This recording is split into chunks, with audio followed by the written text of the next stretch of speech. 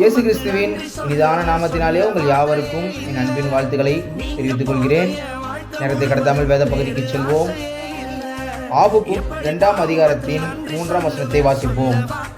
குறித்த காலத்துக்கு தரிசனம் இன்னும் வைக்கப்பட்டிருக்கிறது, முடிவிலே அது விளங்கும், அது பொய் சொல்லாது. அது தாமதித்தாலும் அதுக்கு காத்திரு, அது நிச்சயம் வரும், அது தாமதிப்பதில்லை. என் வாழ்க்கையில இன்னும் ஏதாவது இருக்கா? ஆண்டவரோட தரிசனம் ஏதாவது இன்னும் இருக்கா? சொச்சம் மிச்சம் ஏதாவது இருக்கான்னு யோசிச்சுட்டு இருக்க உங்களை பார்த்து ஆண்டவர் சொல்றாரு, இன்னும் தரிசனம் வைக்கப்பட்டிருக்கு. இந்த காலம் இல்லை, அதுக்குன்னு ஒரு காலத்தை குறிச்சு வச்சிருக்க. நீங்க அதுக்கு பொறுமையா காத்துக்கணும்னு ஆண்டவர் சொல்றாரு.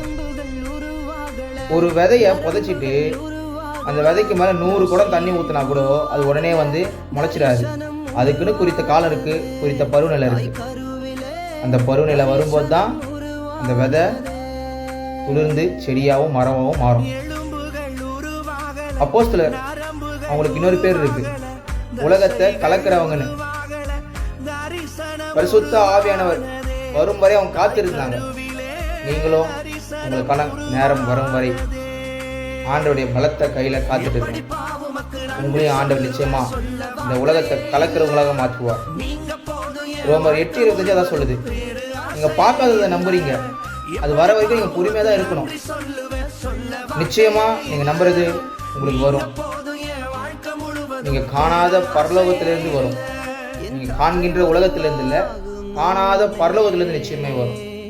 இயேசு கிறிஸ்துவோடு உறவுல இருங்க. இயேசு கிறிஸ்துவின் அன்பும் சமாதானமும் ஐக்கியமும் உங்கள் அனைவரும் கூட இருப்பதாக. ஆமென்.